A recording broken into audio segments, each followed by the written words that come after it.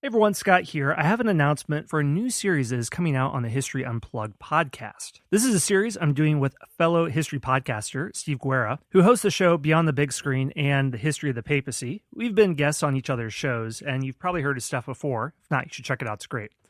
We're doing a series called Hollywood Hates History about the most historically inaccurate movies out there. Now, just about every movie is going to be a little bit historically inaccurate, and I get that. You have to make a movie with protagonists that are sympathetic to modern-day audiences, and a lot of people in the past are just so different from how people act today that if you're 100% historically accurate, it might not work in film. So I don't mind with Gladiator that people speak at a little bit more of a vernacular than they do today.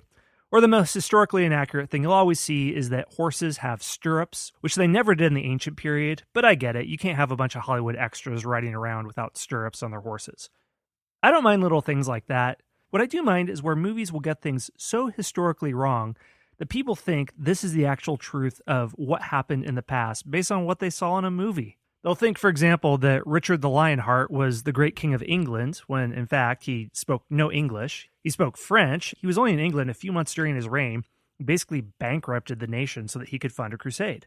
Or you might watch a movie like Agora, not very well known, but it's about the Alexandrian philosopher Hypatia in the 5th century.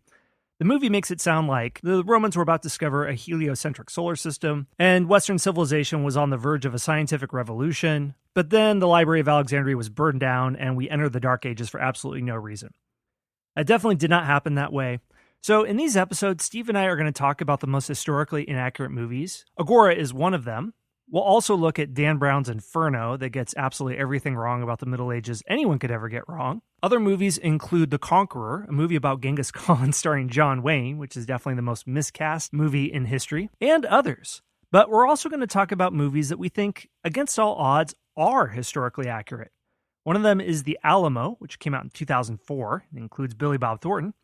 Another one is called Dracula Untold, which came out a few years ago. It's a pseudo-historical take on the vampire myth by looking at the life of Wallachian prince Vlad Dracul.